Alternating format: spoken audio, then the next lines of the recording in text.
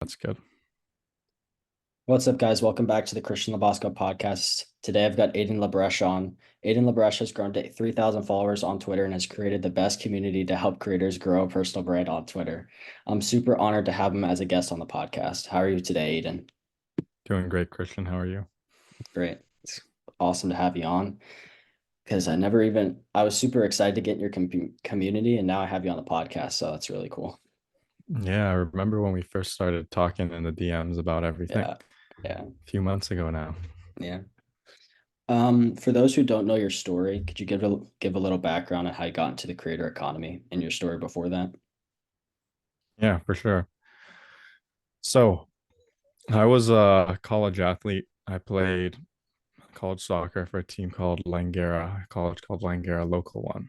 And I played there for 2 years before, and I got I graduated with a diploma in general studies, honors, dean's list, whatever. School was never difficult for me. It was never a challenge, but it was also never fulfilling, if that makes sense. Hmm. And I always loved soccer until I ended up fracturing my tibia going into my third season.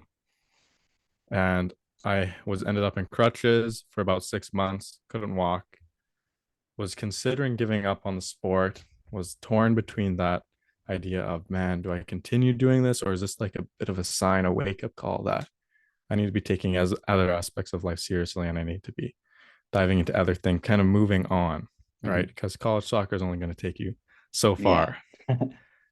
But then right around that time, a new semi-professional league opened up in my area in Canada called League One. And one of the coaches who started one of the new teams reached out to me because he remembered I'd played against his team before, and he invited me to come try out right when I had recovered. So I basically went cold turkey back in, tried out for the semi pro team, made it. Super excited. I'm like, all right, I'm back into soccer. I'm going hard this season. I'm going to go play semi pro. I'm going to go back and captain my college soccer team. And I'm going to try and make it pro season after. We're doing this. We're doing this. I've always talked about it, but I've never committed. And I start the first couple of games of the season. Goes great. It's a lot of fun. I'm enjoying myself, training 3, 5 times a week. I had a motorcycle at the time, so I was ripping out to my practices on my bike, just going hard, working a 9 to 5 at the time too, when I started to get really sick. And over about 3 months, I lost 40 pounds roughly. And it got so bad that I ended up having to drop out of my team. I had to quit the league that I was in. I had to quit that. I had to drop out of school. And then I even had to quit my 9 to 5. So I kind of lost everything that was Hmm. important to me. Yeah. I even sold my bike, funny enough. So I lost my job. I dropped out of school. I had to stop playing soccer and I had to sell some of my things to get by. And over time, I got like worse and worse until I ended up in the hospital. And for a few weeks, I was just bedridden, hooked up to an IV, just getting over, trying to recover. And I found out I had Crohn's disease, and I eventually began to recuperate, recover, get back on track. And during this time, I was doing a lot of journaling in my hospital bed. All I really had was this book that my mom had given me, a pen, I had some other stuff to read. And I began to journal, I began to write, and I began to write these like super deep, kind of painful transcriptions. I was picturing myself as Marcus Aurelius writing these journal notes out because I was in such a dark place, like constant pain, just not really being able to sleep at all. So it was kind of like my fire that I was Hmm. going through.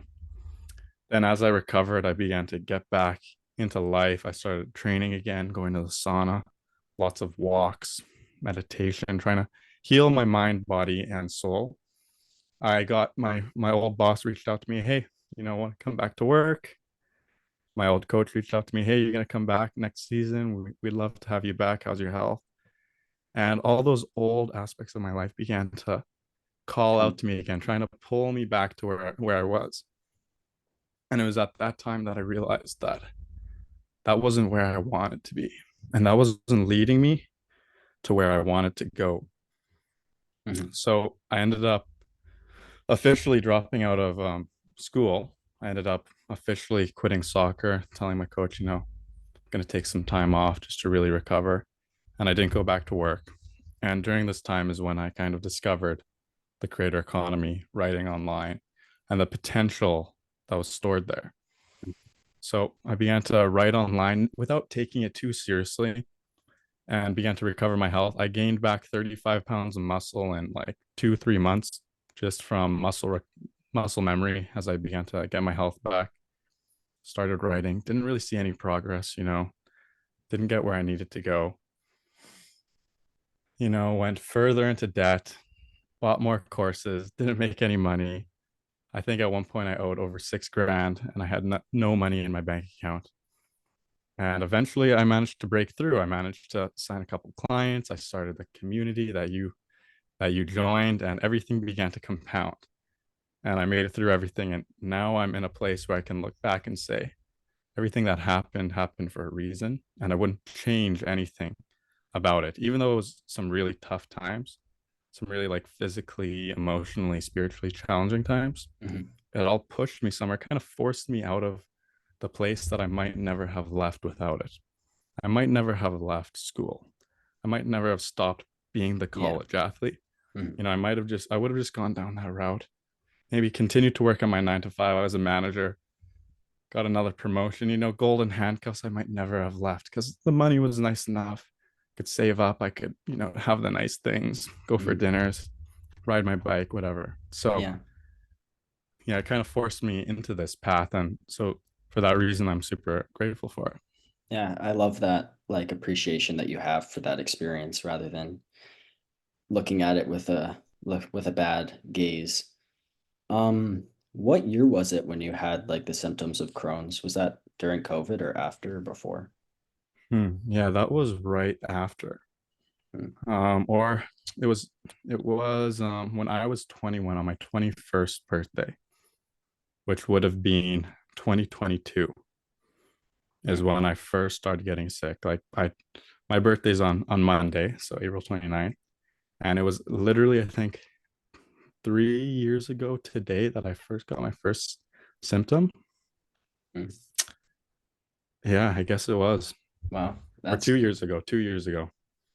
And yeah, so it was about 6 months of hell and then 6 months of recovery. So it was about a year. And that's the point I started coming into the creator economy more. yeah. That's pretty amazing and inspiring. Yeah. Because that's pretty we're in the trenches for a whole year and then had to come all the way back. So what was like the moment where you thought that this creator economy thing could really work? Good question. And for me, I actually had a friend in high school. It was my best friend all of high school, really good guy. We used to do everything together, go to the beach, for the football round, go to the gym, sauna, just talk. And he also went through some health conditions at the same time as me, funny enough. And right when he was recovering, he was when ChatGPT became a thing. And he's like, this is a big opportunity. I remember the day it dropped, like the day after it became a thing, before anyone was aware of it. Yeah. We were in his house and we were just messing with it, like making it create songs and Hmm. poems and shit like Yeah. that. And he's like, this is the next big thing. He's like, crypto was the last big thing. We missed that bull run. This is the next big thing. I'm going to go all in on it. He started creating content around it. He blew up. He has almost 500,000 subscribers now and followers Wow. on Twitter. And he basically showed me what was possible. I wasn't ready to take that step, I would say, looking back. Like, I was almost scared, right? I wasn't really aware of the opportunities or anything like that. And I was still in that kind of vulnerable mental state from being sick and recovering. So I kind of watched and appreciated from the outside as he took off and scaled and made this happen. And he basically showed me what was possible. And I'd say that's probably the main reason I got into this game. Who do you remember who the first person you saw like in the creator economy? Was it like Danco, Dakota Robertson, or Uh, Good question. Um, first person I saw, well, it was probably my friend, first of all. He was the Mhm. very first guy. His Yeah. name's Rowan Chung. He started the Rundown AI. And then after that, it was probably Danco. And I did go through the Danco like courses and everything. That's kind of where I started. And Mhm. that was a forcing function as well for me to burn the bridge, pay money that I didn't have essentially Yeah. for knowledge I might not need, but it forced me to take action. So Yeah. yeah, definitely. It reminds me of how you said that if these experiences never would have happened, you would have stayed in that job and it would have been like uncomfortable, but not uncomfortable enough for you to do anything about it. So having that debt and those experiences were like a catalyst. Not saying that that's a good thing for other people to emulate, but Yeah, I'd say a job and situations like that, I like to picture golden handcuffs. Mhm. They keep you chained to it, but they're made out of gold. They're kind of nice. They just keep you happy enough that you never really want to break free, and you don't feel like you're chained. You tell yourself, you kind of cope. Yeah. You tell yourself, oh yeah, but I could do these other things. I just don't need to. I'd rather save up the money now and then Yeah. do those things later when I'm more stable or whatever it may be. So definitely Yeah. agree with you. Yeah, it's even more dangerous when like you're surrounded by people who are thinking the same thing. So like you seeing your friend do that was kind of like, wow, this is possible. Like Yeah, someone in your close circle. It wasn't like all of your friends were on that route. That was the kind of uncomfortable, but not too uncomfortable route. When you started yeah. writing on X, what were you writing about? Like, did you have any idea what you wanted to write about? I think my first thread that did like I had no idea of anything on X, and I still don't have it all figured out. And at first, I just started studying everybody who all the viral posts I could get my hands on, all the biggest creators I could find. I began studying them, which later became my first giveaway and my first product.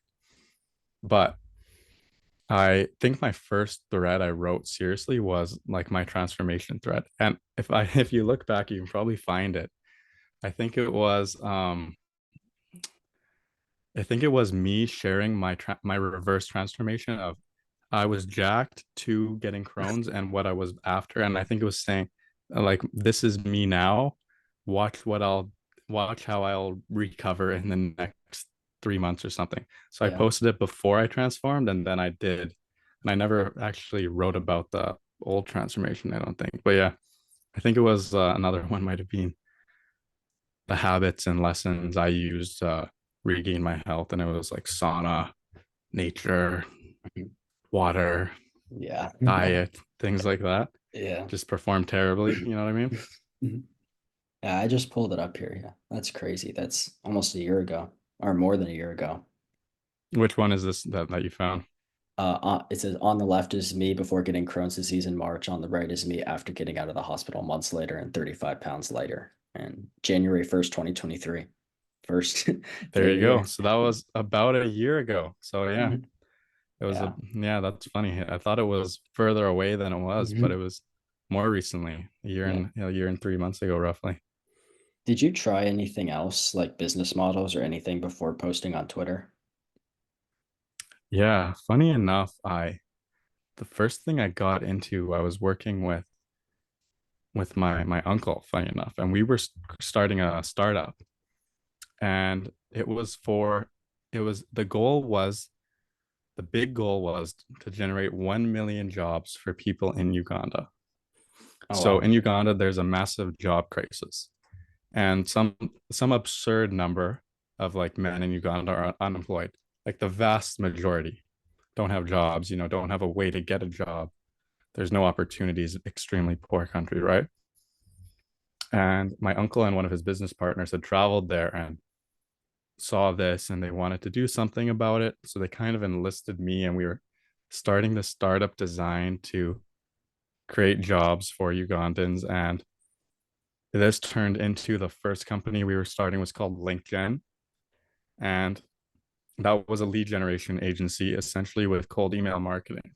And I was hosting weekly calls with a few guys, our employees from Uganda, we were Oh wow. paying, and I was training them in the in the arts of like writing emails, finding Wow. leads, all these things. And I was, yeah, so I was also very uneducated. I didn't really know what I was doing, but I was put in this position where I was like training these Ugandans in arts that I was figuring out at the same time, creating these SOPs, like standard operating procedures, things like that.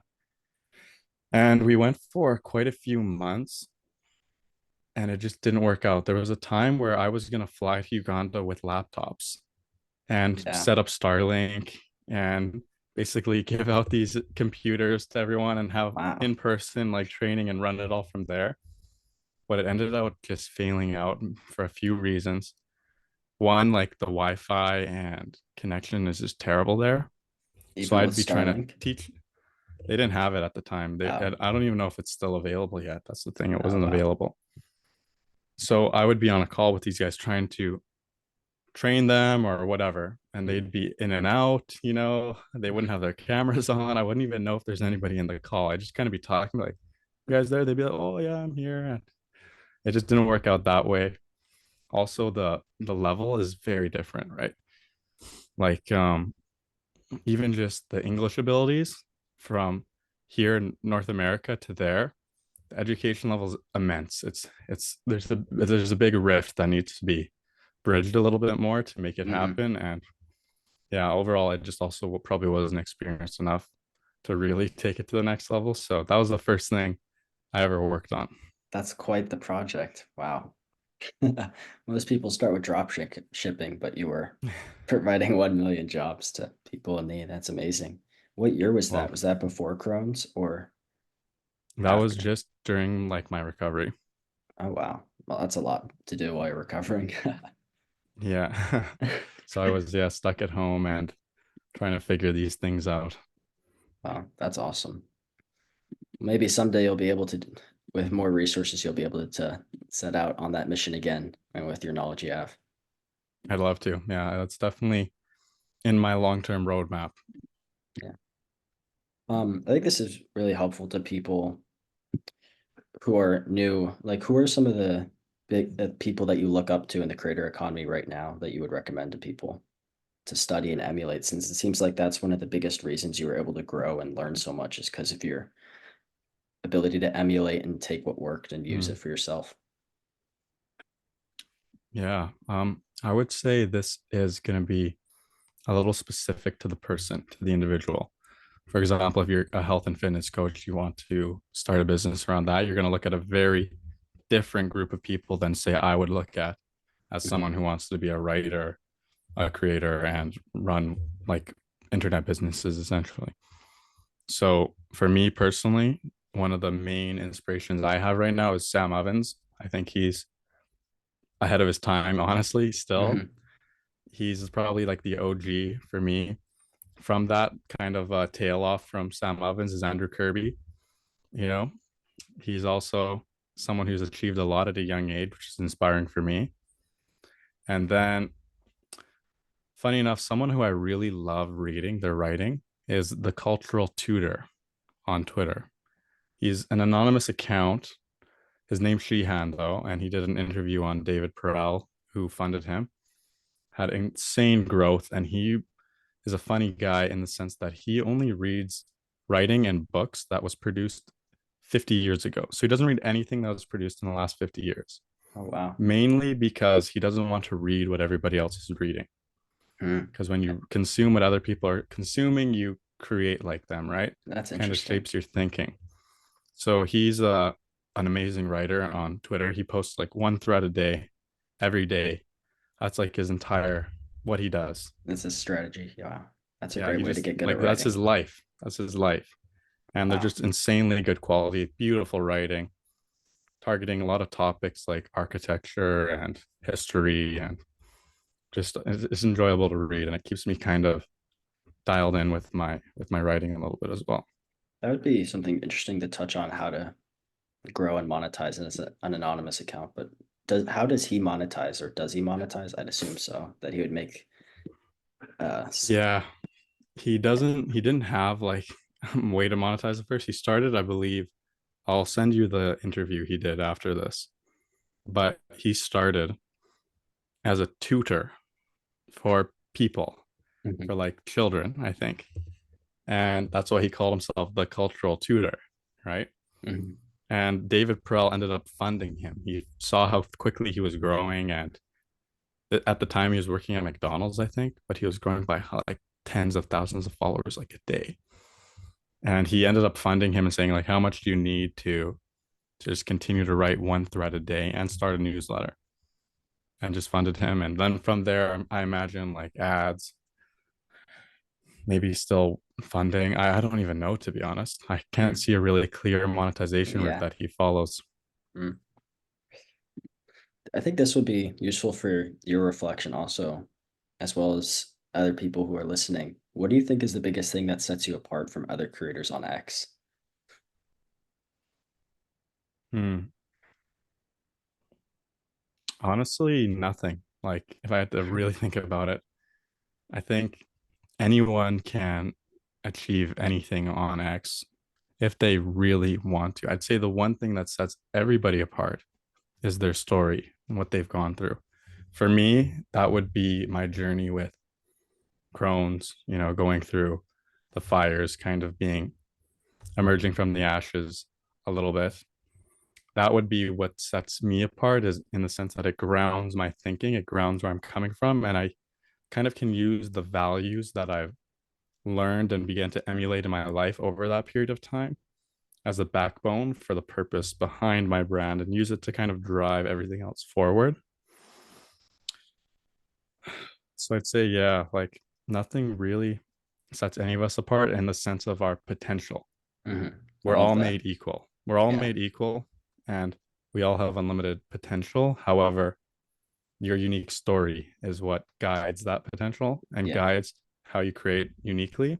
And also, I'd say because of what I went through, it's kind of given me the ability to go through those tough times of uncertainty, doubt, anxiety that are elements of this game. Because when you're forging into uncharted territories, when you're going into the unknown and trying things that you don't know how to do, right?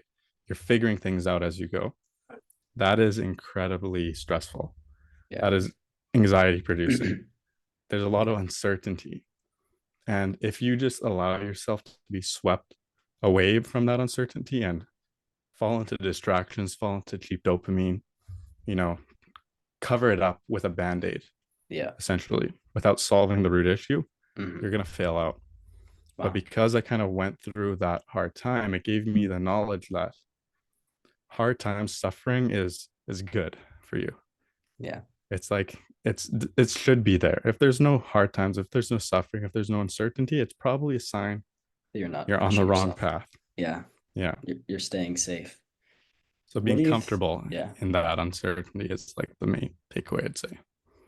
What do you think that you've done that allowed you to realize this potential faster than others on X? That faster than people who struggle.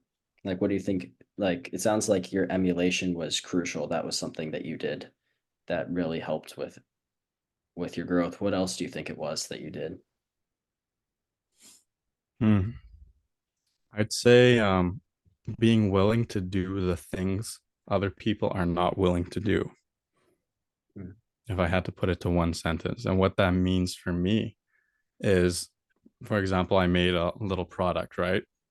And I was thinking, okay, I could probably charge for this. Mhm. And I want to charge for it. And most people I know are charging for these sort of things. And then I decided, I'm just going to give it away. Wow. Yeah. I think And that. that was something that was I didn't really want to do, and other people weren't willing to do. But by doing it, it provided me that ROI. And then also, I think that applies to something I learned from Sahel Bloom, which is broadening your surface area of luck. And what that means for me is you have to put yourself in opportunities and situations where you can get lucky. Mhm. You have to do the things that broaden your surface area of luck so there's more chance that something lucky can happen to you. And yeah, so those are the two things I would take away from that. How would you say that you broadened your luck surface area? One would be, I'd say, being willing to do the things like others Mm. are not Yeah. willing to do. That's definitely one of them. And two, I'd say simply recognizing and seizing opportunities. I think that's a skill, and I think most people lack that skill. Yeah.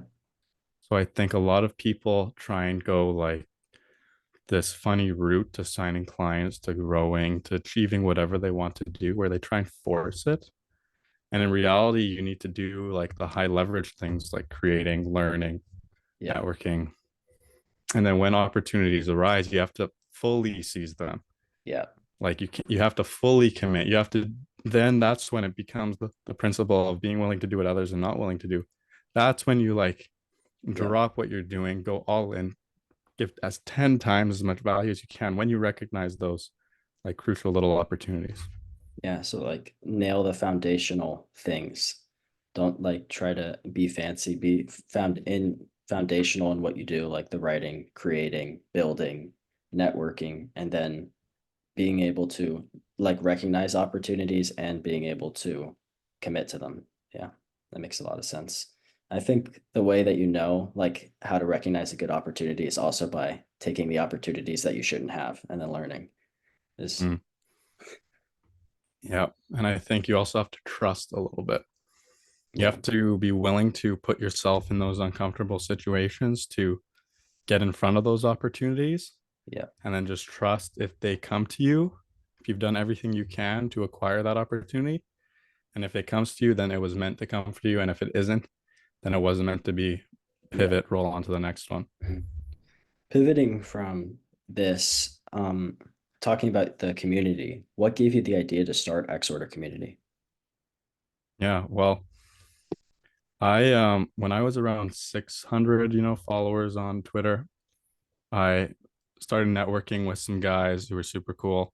And I created a Telegram group with I think seven of them, or yeah, seven or eight of them. And I ended up scheduling a weekly call. I'm like, let's have a weekly networking call, just chat.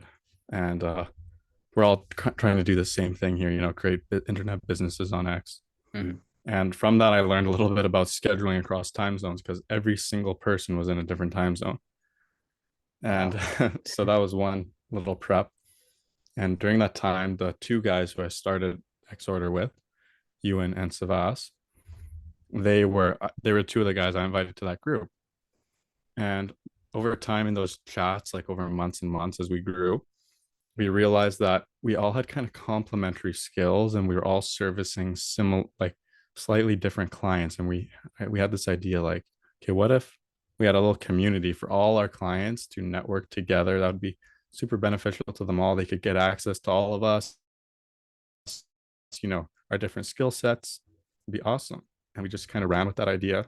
That was when Alex Hermosi announced a school partnership. Mhm. So we're like, damn, let's hop on school then. We're kind of early.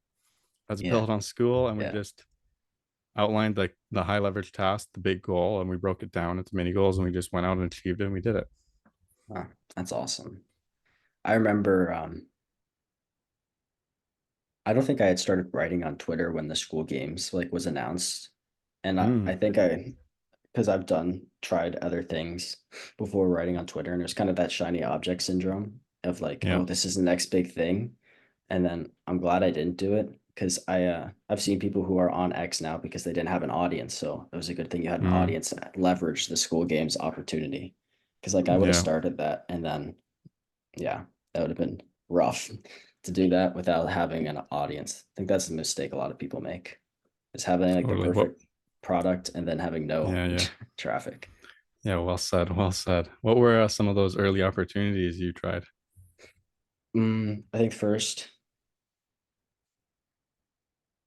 I think it was exploring a lot more, but I tried I think TikTok, like growing on TikTok and then maybe Mm-hmm. doing I don't know what it was, probably drop shipping or now there's something like TikTok store that's like a big thing right now. But that was like Yeah. last summer.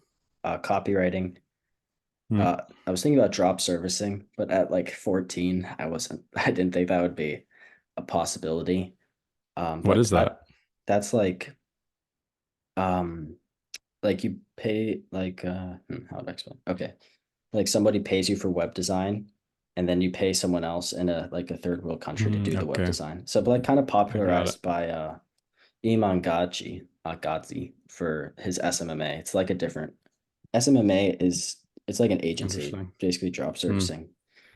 But I think the reason like I got into writing in Danco was because you got to like do what you actually wanted to do and just write about it and share Yeah. that. Because like I've grown like YouTube Shorts channels around things and like done editing, but Hmm. like I'd quit after a month and burn out because it was like I still have to keep Mm. putting on this persona, but I'm not interested in this Mm. topic like I was a month ago. So yeah, Mm. It's that idea of putting on a persona. I think that's yeah, probably the root of it all. yeah. What was that process like of growing exporter community once you had it built? Yeah. Well, building it was tricky to start with. There was a lot of figuring things out. I think we decided we set a date of February 7th, 2024 to launch. We're like, all right, whatever happens, we're telling people that this is when Yeah. like doors open. So we're forced to make it happen. And then we had to build the courses, organize the community, build the back end, fulfillment calls, figure all that stuff out. And it kind of forced us to achieve it, right? I'm a bit Yeah. of a procrastinator. Like if I don't have to do the work, I will Yeah. find excuses not to. So I have Yeah. to kind of engineer it so that I have to do the work and then I do it to a higher quality. I think Mhm. Dan Code talks about this as Yeah. well, funny enough. Did you just see that video? I think he did a whole video on this topic like recently, Yeah. but he's talked about it before, I'm pretty sure for a little bit. But yeah, I agree. I also struggle with that if you don't use it well. Hmm. And then it ended up being a bit of a take action, figure it out later almost. I Hmm. think a lot of people try and build like the perfect thing Yeah. before even understanding if that thing is desirable Yeah. or if you're actually solving a problem. Because most people start with an idea, right? They say, oh, I have this great idea, I'm gonna make it happen. They spend all their time building it out. When it comes time to release, they realize nobody's actually interested. It doesn't solve a clear problem. It's not something valuable. Mhm. So something we did that was beneficial was we started with a base, like pretty basic courses, and we made it so that it was more of a network for people to join without so much education as much. We still marketed the education, but we tried to get people in to diagnose their problems more. The first month Mhm. was pure like feedback collection, pure, That's really smart. Yeah. yeah, tried to find as much as we could. We used that to build the purpose-based branding course and to kind of outline the next few steps. So over time, over the next probably 3 months, we're going to do this even more and really iterate until we reach that kind of final form of the community, which will never be final, of course, because it's always going to be Yeah. changing and growing. But yeah, action over perfection. Yeah. I love that. That could be a tweet. Action over Right there, write it perfection. down. Yeah. Um, it actually gave me an idea of like seeing what your audience's problems are. Like, have you ever thought about doing onboarding calls when people join the community? Because your Q&A call on Monday was sort of like that. I wonder if there's something to doing like a one-on-one call with people that onboard is like a, wow, these guys really care like what's going on with me individually. Well, that's a great idea because we actually implemented that last week. Oh, wow. So Really? Yeah. yeah, we had that idea as well. From what I've been learning and studying about community, this could be a whole conversation. So I'm not going to go too into depth around. I'd call it the three stages: building, maintaining, scaling community, Mhm. maybe. But one, like the most important thing in a community is retention. It's not about getting as many people in because if you're getting in 100, 200, 500 people a month, but 500 people are leaving a month, Yeah. that's bad, right? Mhm. So retention is crucial. And one of the ways to retain people better is to really almost indoctrinate them when they come in, to set the bar really high, to say, yeah, you're joining us, but by choosing to join us, you're committing to be part of this group. You're committing to say, go through the courses, show up to the calls, to network. Yeah. We expect you to do these things.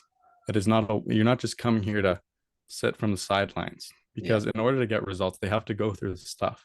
If they don't Yeah. go through the stuff, they're not going to get results. They're going to leave.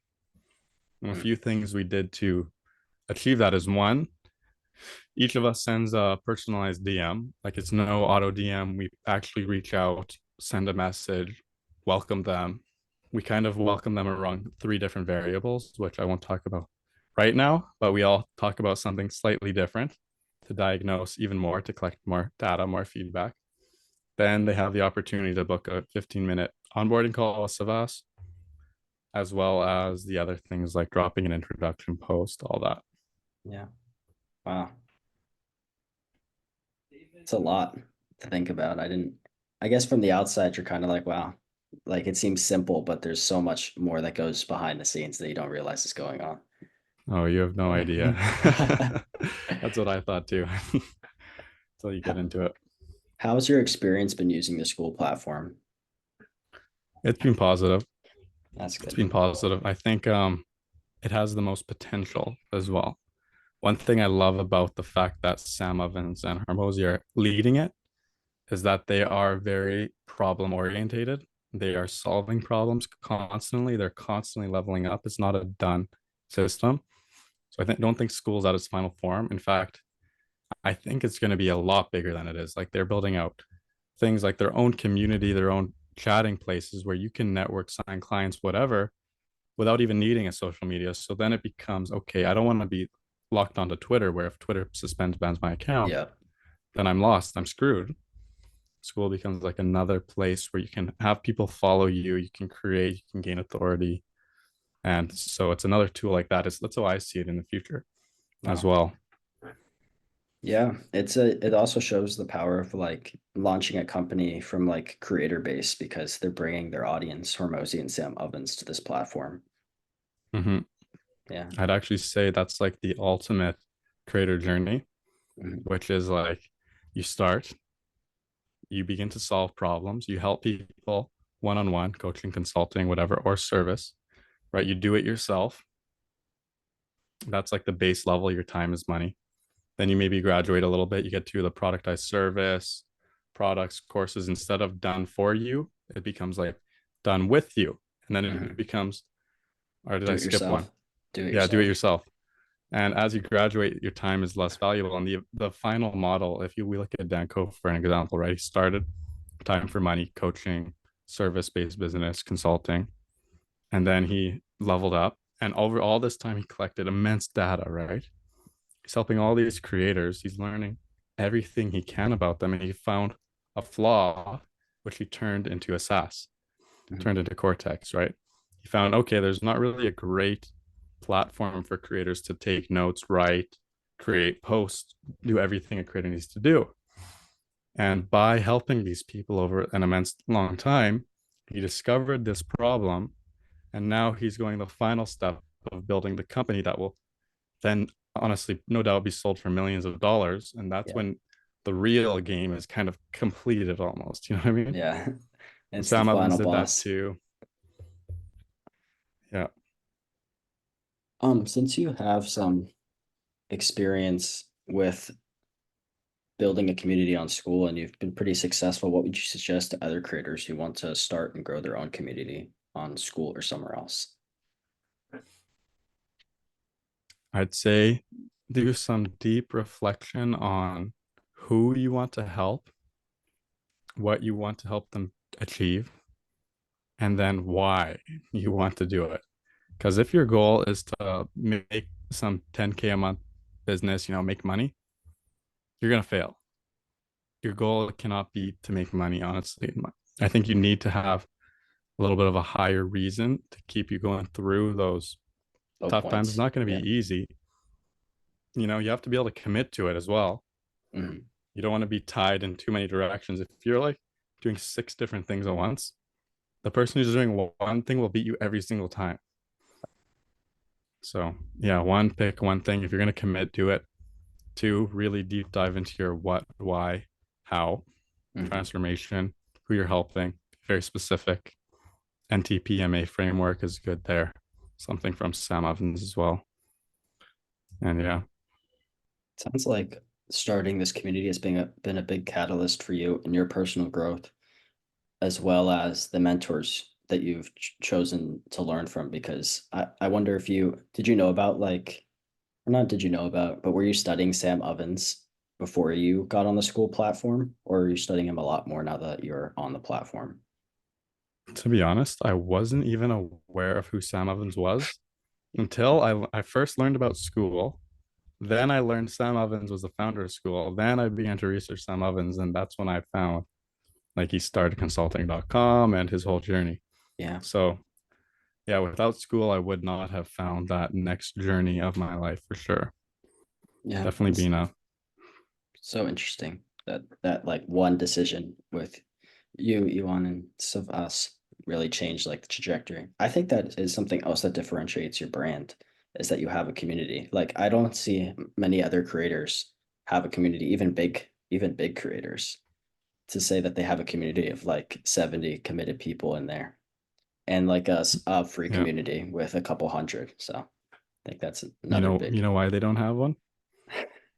why. Because it's really hard to maintain. Yeah, I can It's not imagine. easy. Do That's you why they have don't do it.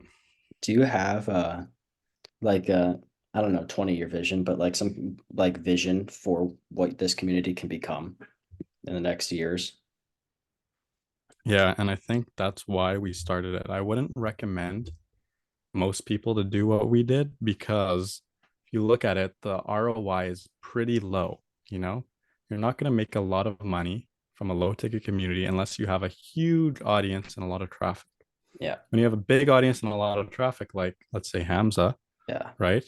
Even Huge audience, lots of yeah. traffic, very scalable. Mhm. What were you gonna say there? Even him, like for how big his audience is, I feel like he doesn't make a lot of money even with the community. Like Dan Coe makes what double or triple as much as him, and he probably works much less. It's interesting, but the community definitely builds a strong relationship with your audience. Mm-hmm. Yeah, for sure. Yeah, and what was like I was gonna say, oh yeah, mainly when you're starting out, the best normal route is going that either high ticket service, high it's going high ticket, low traffic, high ticket makes you the most money. But because of our long-term plan, right, we want to Yeah, have 1,000 members in X order committed to networking, growing, defeating cheap dopamine, monetizing their brands, helping that. That's our long-term goal. And that doesn't reflect a monetary goal, right? We know we can achieve that and we're not really worried about making some short-term cash. yeah, We're worried about building something scalable that we love working on, yeah. that we love doing and we can do for the next 10 years and we'll provide that long-term ROI. Even if we don't make any money, we actually committed when we started. We're like, first 6 months, let's reinvest every single dollar like we made from this community. And we haven't been truly following that, but we've been pretty close, It's pretty darn amazing. close. It's amazing your long-term thinking, especially at your age. Just it reminds me of I think this thing that Alex Ramosi said that like the fastest way to get to 10 million isn't the fastest way to get to a million. So like if you get to a million, you'll if you built to 1 million the wrong way, it'll take longer to get to 10 million if you had 10 million in mind from the beginning. So it sounds like I mean what you're doing is having that long-term vision and being able to wait because it just I feel like in the next 10 years imagine what this community could like become for anyone that goes into the creator economy because it could just become bigger than just Twitter and that and productivity in that space and like branding. Like it can expand even bigger the more you guys get people in and the more you guys learn. Exactly. And that's a great line you had there from Hermosi. Another thing that made me think of is that oftentimes you expect that big outcome, that big goal. You think, oh, okay, I want to have this community have 1,000 members. I want to achieve that in 3 months. You see, like in the school games, say Evelyn, who came second in February, had a great community. She added $80,000 monthly recurring revenue in 1 month. Yeah. And from the outside, you're like, damn, how did she do that in 1 month? You know, I want to achieve that in 1 month. But you don't realize that took her 10 years to understand her market. She's been helping this group of people for 10 years, running Facebook groups, ads, everything. She's deeply understands the people. She deeply Yeah. understands the who that she is helping. She deeply understands their needs, what they want, their problems they're facing. Therefore, she can target it extremely effectively, give really effective solutions, and the scale is just much better. So for us, even if we're growing like very slowly now, let's say, right? But we're collecting so much data, we're learning so much that as we change, improve, iterate, we're going to target everybody even better. We're going to build the systems, the funnels to actually scale, and it'll provide that long-term compounding, which makes overnight success appear like it happened, right? Yeah, I love that. It sounds like for a lot of these creators that school was just an amazing vehicle to leverage the audience they had. Like Hamza before going to school, I think Andrew Kirby helped him with transitioning to school or like gave Mm-hmm. him the idea. But like Hamza wasn't making any money from his YouTube. Like he was spending the amount of money to create the Yeah. videos as he was making. And that school, like in a year or so, allowed him that vehicle allowed him to make so much more money. So it sounds like if you have an audience, school is an amazing vehicle. And because Hamza and that girl you talked about knew their audience really well after creating Mm-hmm. videos and doing calls and courses. I will say one caveat though, you do not need a big audience. Hmm. I think that's one limiting belief I think a lot of people have. And there's numerous ways to get around not having an audience.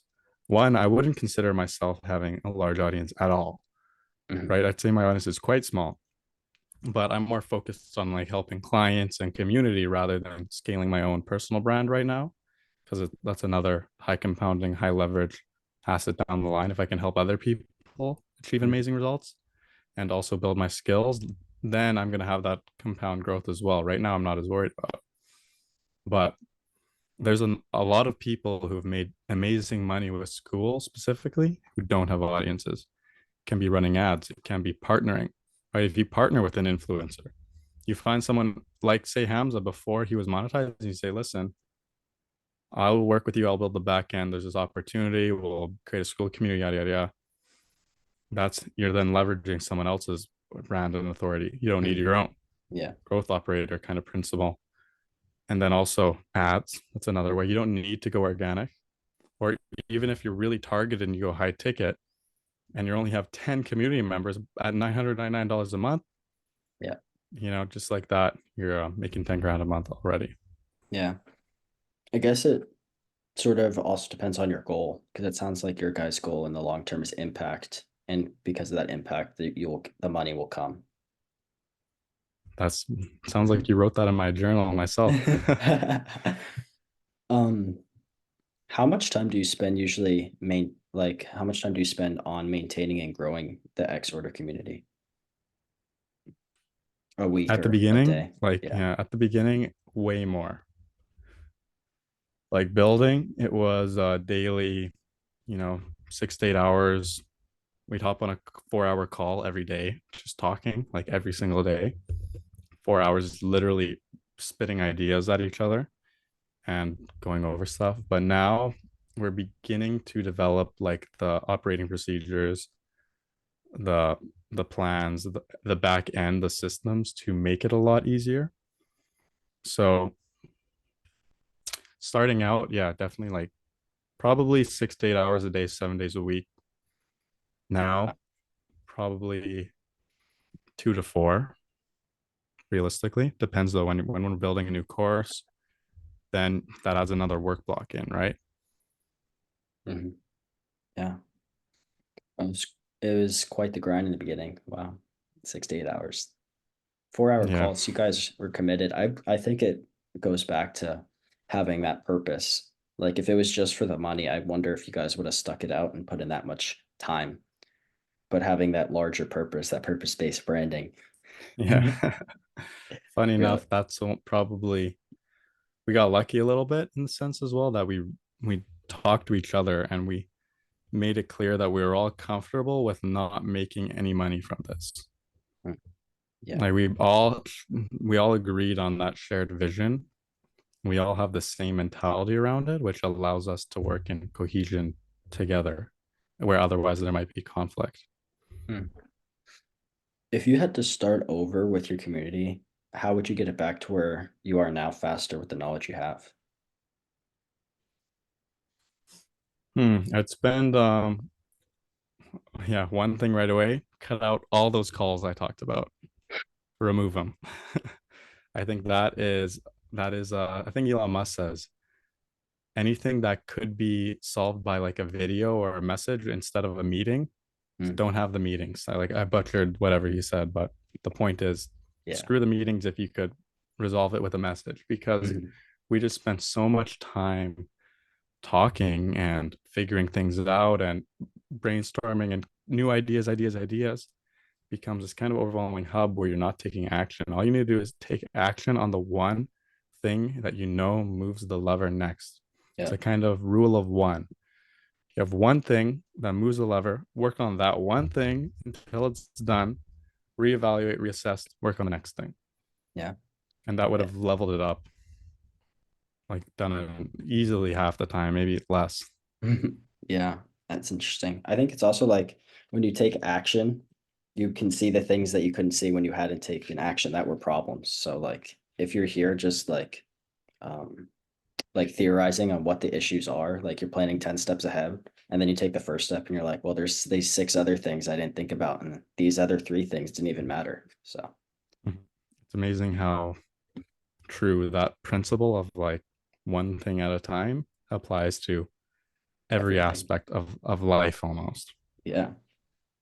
Um, what was your process to launch the community? Like how did you like get people in and like create hype around it? And was there like a goal for the amount of people you wanted in when you first launched? Yeah, good question. Lots of ways I could take this.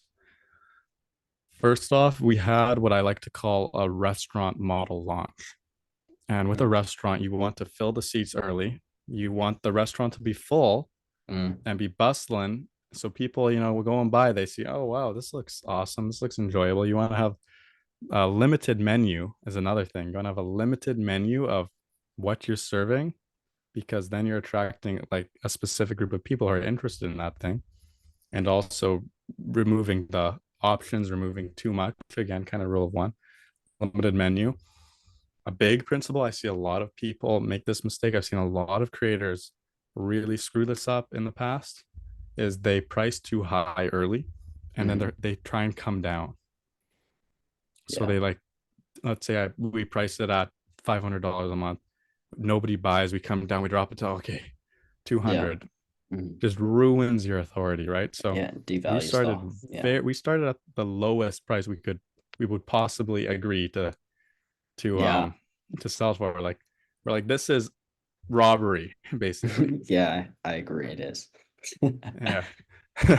Which is a good thing. Because yeah, we priced it at $33 for the first month. Wow, wow. Yeah, Yeah, because we're like, this like is it's a no-brainer decision. Who would say no to this? Obviously, we're gonna still have people say no to it, right? yeah, We want it to be like no-brainer in the sense that we're giving cohort level value people are charging 2 grand for, 5 grand for, or we're $33 giving it a to you month. for like Yeah, this, right? We're giving yeah, it to you for the price of other creators' shitty products, and we're giving you the community, the courses, the network, everything. yeah, So that was the first thing, because you start low. It's the highest beneficial thing you can do, because then you can raise the price. You raise the price, your existing members feel like they're saving yeah, money, they're getting a mm, deal. It shows people that you're increasing the value, you're making more money as you go. Scaling it really improves retention.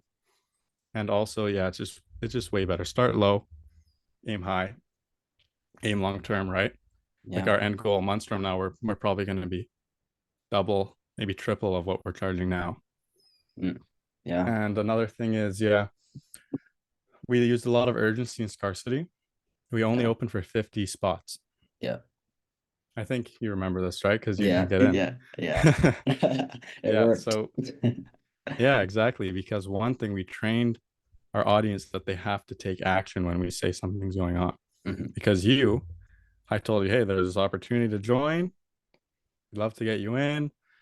It was all warm outreach as well, like fully warm outreach, our kind of network people from content, organic, qualifying leads through the DMs, things like that, using a sales doc as well.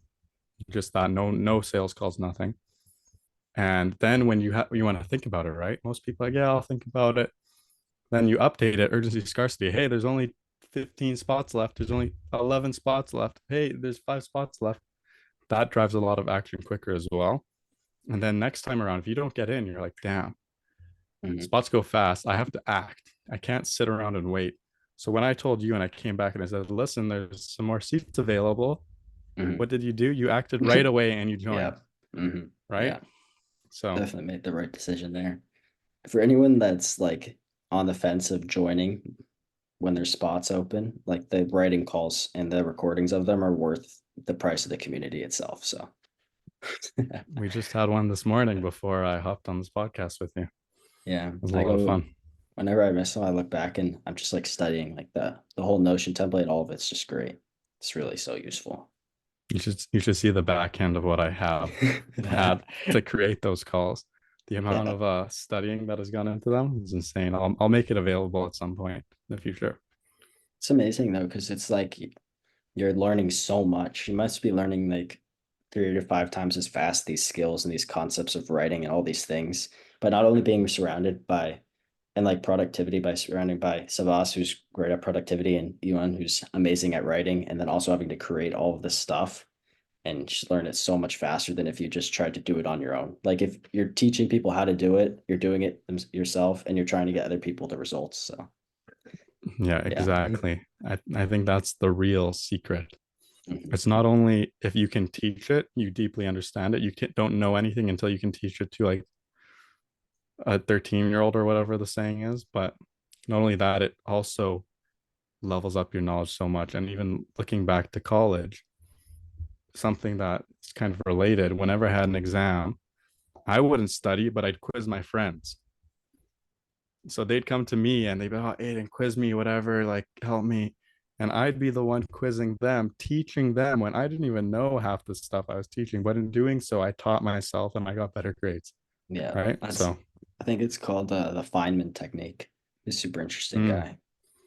you'll have to send me a link to that. I'd love to read it more. Yeah, he's super interesting. It was like something like that he could teach like a fifth grader or something, like take them from like beginner math to like calculus in like an hour of lecture or something like that. Like Yeah. That's it's when you know your shit. yeah.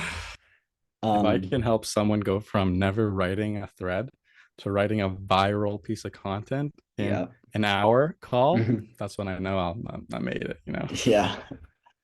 Um a lot of people really want to grow on Twitter, so like transitioning to Twitter growth, what do you think has been the biggest contributing factor to your growth on X or Twitter? Same thing.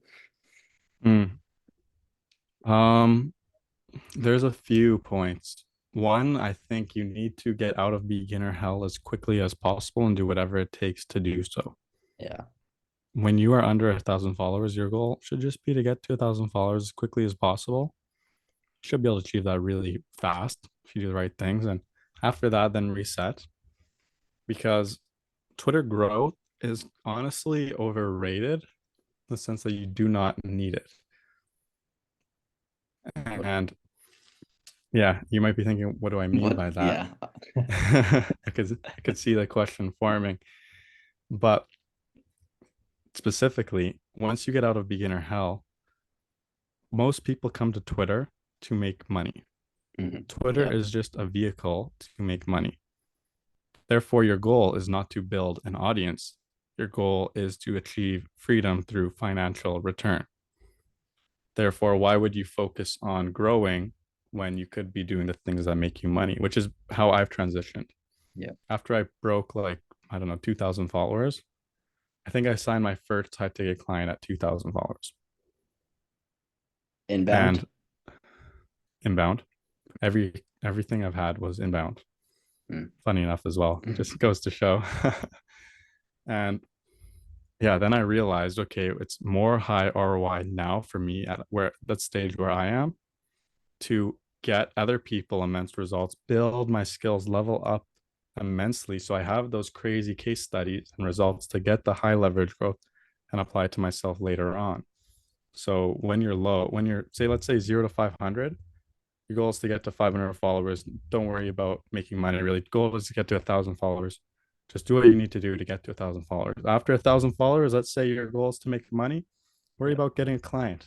Worry about scaling your brand, making some money. Worry about Yeah. actually building the skills And as you do that, everything else will compound over time. Because think about it. I've hosted what, 12 live writing calls in the community. Mm-hmm. That has leveled up my writing immensely. I've helped people write probably 200 pieces of content through these calls. And I've read each piece of that content. I've given feedback on it saying, okay, this hook could be better. This body could be made to flow more. It could be more of a slippery slope, whatever. Call to action isn't linked. Doing so has leveled on my skills. So now when I go to write a piece of content, it becomes easier. I do it in less time and I get a bigger ROI. Yeah.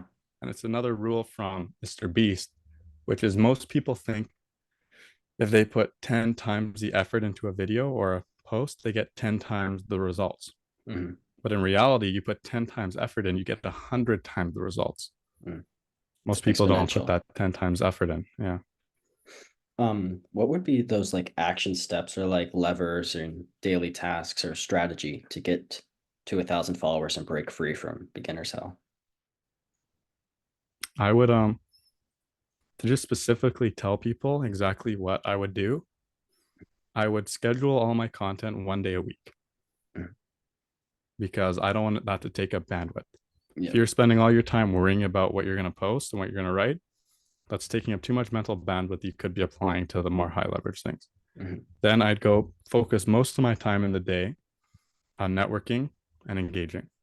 Comments, DMs, calls, making friends, building the network, spreading as far as possible to getting in as many inboxes as possible, making my name recognized and making friends. Then once I had, let's say 30, 40 people who are engaging consistently with me, I engage with them back.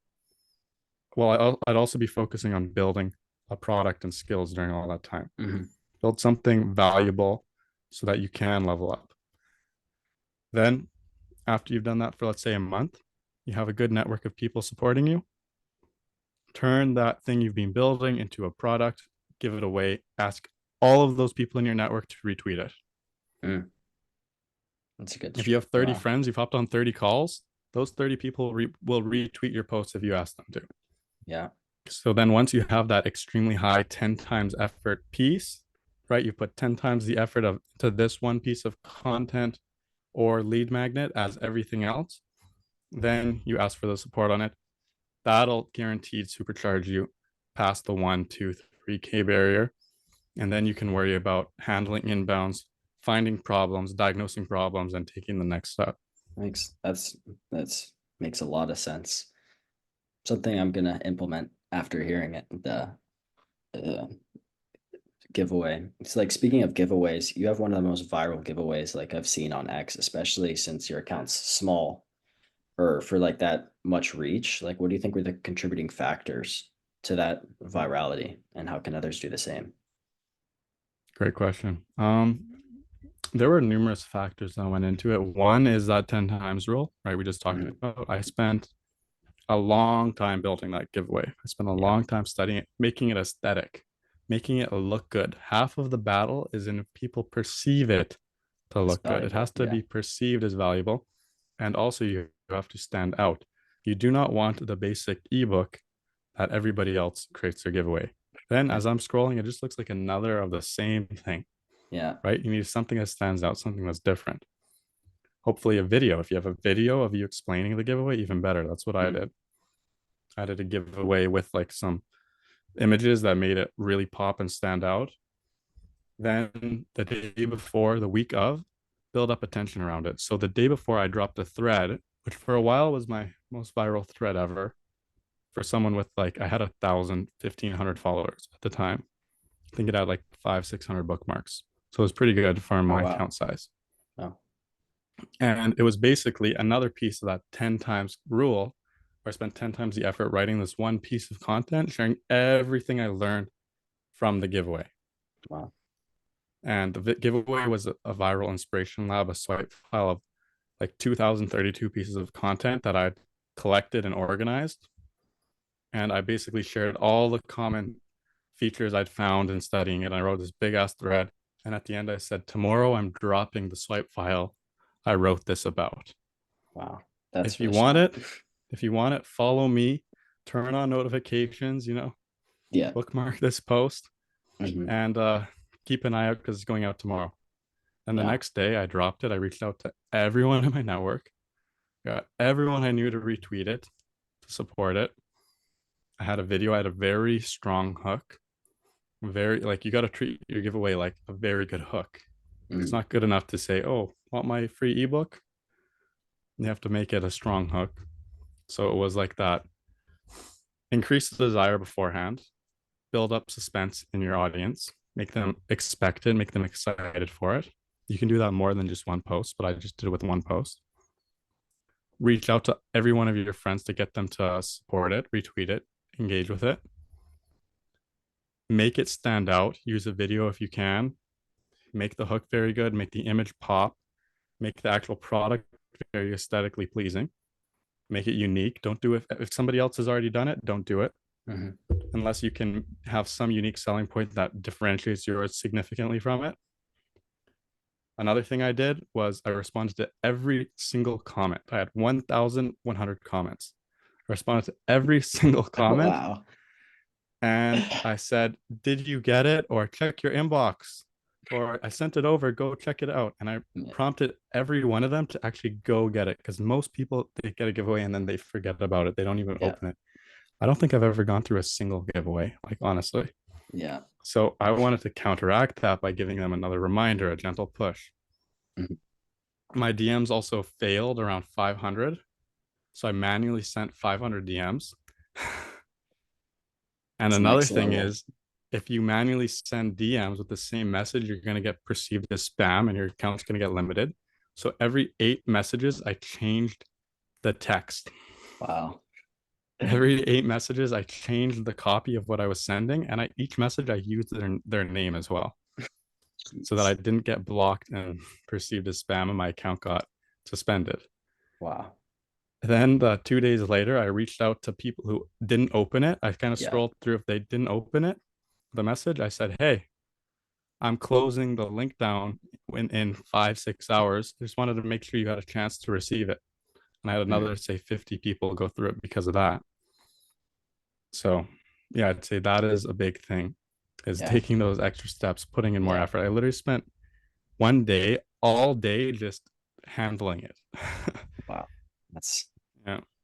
wow. Makes a lot of sense why it went viral. Um, like two things off of that. One of them was that like oftentimes like saturation is like perceived as bad, but the Mm, saturation in giveaways like on Twitter is what caused you to make such a good giveaway that would stand out. Like I bet for a while you could post the regular ebook like generic like comment 50 times a day and it would do well. But I think it's similar to mm, like how it was much easier to grow on Twitter a couple years ago. But now there's so much yep. saturation with everybody trying to grow, it's harder. And now the people that stand out and grow are the people that are going to a new level and Mm, providing much more, maybe value or something unique. And the second thing was, it sounds like your giveaway was kind of providing the information and the product you wish you had when you started and the product that helped you on your journey growing on X. mm. Great observation because, yeah, I didn't really consider that. And I actually wrote a tweet about this not too long ago because it's top of mind. And it was a definition tweet. I said saturation and increased opportunity to stand out. Mm. Like Yeah. that's how I perceive saturation. One, it's a sign that there's something valuable there because if all the sharks are swarming, there must be some bait. There must be Hmm. something good. Yeah. And then two, you just have to again do what other people are not willing to do to stand out. And you will, if you can stand out above the masses, you're going to stand out even more Yeah. than if there's just a few people you're standing out from. Yeah. That's what something that might be a bit controversial is that like you should be listening to the people that were able to grow on X and grow a brand more recently than the bigger creators who did it a while ago when it was easier than it is now. Like the things that the other creators did a while ago, the higher level principles, like Danco's higher level principles, are super useful for business. But like the creators that recently, like in the last couple months, were able to grow and do what you wanted to do, I think it's more beneficial to listen to them and join their courses and their cohorts. Mm-hmm. Yeah, I agree with that. And I also think that people don't want someone who's 10 steps ahead of them. Yeah. Like Dan's on a different level than most Yeah. people. He's worried about SaaS and building Cortex, and most people aren't even going to be able to connect to that or take Yeah. away anything from that. So he's too far ahead. But those people who are 2, 3 steps ahead of you, they're where you want to be in, say, 6 months. They can help you achieve that a lot easier and quicker than someone who's like 10 steps ahead of you. Yeah. It's why I joined your community, and also because you're like 2 to 3 steps ahead, probably a little more than that. But and also why I joined Jack's Less. cohort. Why I joined Jack's cohort, because he's definitely ahead, but he's done it in like the last year, really, most of his growth and most of Mm-hmm. his branding. So this one's interesting to show the power of the giveaway, but like how much growth did you get from the Viral Inspiration Lab? Yeah, I gained over 1,000 followers in 24 hours. Yeah. So yeah, and then it kept going. So for in a week, I probably gained 1,300, maybe 1,500 max, no more than 1,500. Yeah, and then my first client came from that. I could Mm. say the community came from that. I Yeah. could technically say my next client came from that, and my next client, like Yeah. Wow. technically, right? That was a catalyst. Not directly, but Yeah. Um, you kind of covered this, but what do you think changes in growth strategy from zero to like maybe 1,000, 0 to 500, like 1,000 plus, if you're just focused on growth of your brand? hmm, good Like question. what you should be focused on. I think I can provide good context to that because I also have a diverse range of clients, right? So for me, I went from 0 to 500. I went from 500 to 1,000, and I went from 1,000 to 3,000. But then I'm helping clients who are going from 10 to 50, 50 to 100, right? And what I did 0 to 500, shamelessly, I did follow for follow. I did anything I could to get people to follow me, Yeah. right? And as soon as I had 600 followers, I stopped doing it. I kind of shredded my account. I'm like, damn, I'm getting no engagement. This is like, my posts are dying. This sucks. Okay, what's the next step? Building your network. Okay, Yeah. then I'm going to engage, comment, hop on calls, do all that. That's the next step. As soon as you break the next level from the commenting, engaging, now I don't spend a lot of time commenting and engaging because I don't care about those rather superficial numbers. Now I'm worried on the next step, which is getting client results and writing those blockbuster pieces, those blockbuster 10 times effort pieces that give you that 10x result. Yeah. So, yeah, you can go, a lot of people do the paid retweets route, Yeah. right? Hmm. And you've probably heard that from a lot of people. But me, I've never done it. I used them once because I had a free one, a freebie. So I'm like, okay, I'm gonna test it out. I used it on one post. It did terribly because I didn't. It was like a bad post. First of all, looking back, then I'm like, screw it, I don't need them. So I only have 3,000 followers too, right? So I'm not very big. And I always thought that you needed paid retweets to go viral. It's Yeah. kind of a subconscious belief, Mm. right? But I literally wrote something for one of my clients yesterday, organically got over 700,000 impressions, 5,000 plus bookmarks, no paid retweets. Yeah. So it is possible. You genuinely have to provide something of that next level of value in order to stand out. Mm. Does that answer your question? Yeah. I guess have a follow-up question is that like if you don't do the paid repost to make something go viral, do you think that it's necessary that you have that network that you build, like you said, with the 30 to 40 people who you can message and say, like, I just did this blockbuster, as you said, like thread or whatever it is. Can you like Hmm. retweet this? Like, do you think that's necessary? I think it replaces it. I Hmm. think having them both is just going to provide more benefit. So there's no reason if you're not going to do one to do the other. But yeah, it all comes down to the quality of the post, first of all. If you're boosting something that has no relevance, that's shit. It's Yeah. not doing anything for you. Going viral is worthless unless it's providing some sort of secondary value, Yeah. right? Like your goal is not to go viral. Your goal is to get whatever going viral gives you, whatever Yeah. you perceive going viral is giving you. Hmm. Like giving you like such as like authority or like inbound, or what do you mean specifically like giving you? I think it all comes down to money at the end of the day, right? Hmm. Yeah. Like at the end of the day, you need to make money. Yeah. And the reason you start creating on the creator economy is because you see people making money and you Yeah. also want to make money. That at the fundamental base of it, Yeah. that's what it is. And obviously we have those main motivations like impact, right? Gaining the ability to make other people's dreams a reality. Hmm. That's something I want to do, right?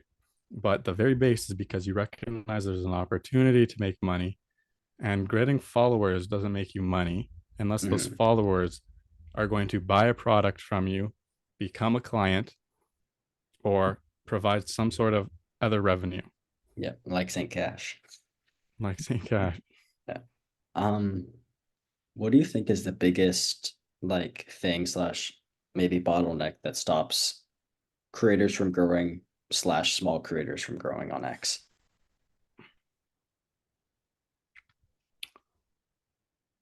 For me, I'm going to just look at this from myself so I can be unbiased. The thing that stopped me from growing was actually doing the fucking work. Excuse my language. It was actually doing the work that you know you need to do. Because me, there were months went by where I didn't really know what to do. I didn't really know what my purpose was. So I would fall into distraction. I'd sit at my desk and I'd work, but I'd end up watching YouTube videos because it might help me. I'd end up Yeah. scrolling on Twitter. I'd spend in in a day where I might sit at my desk and work for 12 hours. I might get what I could get done in an hour now, Hmm. right? Maybe less. Yeah. If you're not getting results, you're not working on the high leverage task you know you should be. Mm. So I love I that. think one, it's falling into distraction and uncertainty. Mhm. Yeah, that's what it is. Uncertainty. Uncertainty leads to anxiety and stress because you don't know what you should be doing. Because of the anxiety and stress, you mask it with distraction, cheap Mhm. dopamine, calories, video games, whatever that may be, resulting in more anxiety and stress because you didn't do the leverage task towards your goal that you knew you had to do. So now you feel shame and you feel bad about yourself, and it Yeah. results in this negative spiral. You never get anything done. The Yeah. root cause, gaining clarity, gaining Yeah. purpose, beating uncertainty. That is the biggest problem you need to overcome. Lack of certainty. Yeah. I think so many people can relate to that. It's like clarity is the biggest motivator. It's like as soon as you have clarity, you're like, Mm, oh, I know exactly what to do. It's like that decision fatigue is such a tough one. Like that's why I find that like yeah. my night routine, like planning, like it's like a non-negotiable. If I don't do that, the next day is just like me I probably should watch Dan Co video, probably help me. Not instead of like actually writing the thread or building something. So yeah, it makes a Yeah. lot of sense. And looking in my journal, right? I journal a lot. And whenever I go back to those days where I'm like, this was a bad day, I wasn't productive, I didn't get work done, whatever it may be, it all came down to the root cause of I wasn't quite sure or clear around what I had to do. Therefore, I felt stress. I felt that anxiety. I didn't want to figure it out because figuring it out was hard. Mhm. And it Yeah. was easier to do the other thing. Yeah. I even So it's find like like, conscious choice. Yeah. yeah, even like when you start doing it, that uncertainty and anxiousness makes you not even focus on what you're doing because you're worried it's not the best thing to be doing. It's just, That's a yeah. big one as well. You Yeah. just hit the nail on the head. It's Yeah. not only uncertainty around what you should be doing, but if it's the best thing. Yeah. Yeah. So getting away from the anxiety and stress, openness, acceptance, trust kind of in the plan. Those are some things that would solve that. Being Yeah. clear, journaling, reflecting, meditating, praying, planning Mhm. your day the night before. Those are the best things that I can say have helped Yeah. me. I agree. It's like, and when you're anxious and stressed and like you feel that shame, it's like the last thing you think you should do is the meditation. You're like, I need to get to work. I haven't been productive all day. But then it's this like that sitting that allows you to actually be productive. So, Yeah, yeah. I'm actually being introduced to some new aspects as well. The idea of slow productivity, the idea Uh, of doing less, not more. mhm. And yeah, even a lot of people, Tim Ferriss, Sam Evans, a lot of those guys Cal Newport, they hold true to these principles.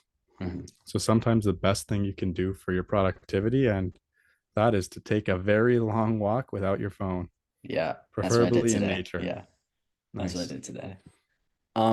Going to landing clients, you've had some success with that, and that's the majority of the way you make your income right now is from clients, right? Mhm. What do you think is like the best way to land clients? Let's say as a ghostwriter, since that's what you do, if you're using Twitter. Hmm. Well, I'd say one, I don't consider myself a ghostwriter. Mhm. Yeah. That's I consider myself a strategic partner, something I learned from the term I stole from a good friend, Chase, who's also in the community, by the way.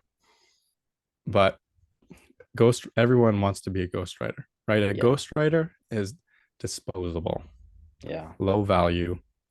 They just, I give you idea, you write me content. A strategic partner is I'm actually invested in helping you Yep. succeed. I'm invested in organizing the strategies, creating the long-term plans, making you money, doing all that sort of stuff, right? So none of my clients have ever been ghostwriting. I don't think I've even used the word ghostwriting. And also, I use a specific model of retainer plus commission, where I don't say I'm a flat rate. You're paying me X, Y, and Z a month. It's retainer, so lower rate Yeah. plus performance incentives, commissions. Therefore, showing that I'm invested in helping you succeed. But specifically, your question was about how do you get the first clients, right? Yeah. But all that was super useful. Yeah. Yeah. Um, Well, I can give you a little more if you want about the getting clients. yeah, sure. So it comes back to that aspect of seizing opportunities that I mentioned earlier as well and broadening your surface area of luck. One thing I did to broaden that surface area is launch my giveaway. And my first client ended up reaching out to me and said, "Hey, like I want to get back into the content game more." They had around 50,000 followers. They're like, "Oh, yeah, I want to get back into it. I saw your giveaway. Could I get a copy?"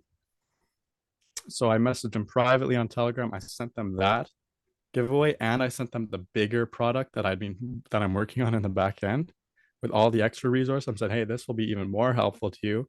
I haven't released it or anything, but based on what you said, use this as well." And then we ended up chatting for a week, 2 weeks, where I didn't make an offer. I didn't try and sell them on anything. I was just listening Yeah. and trying to help.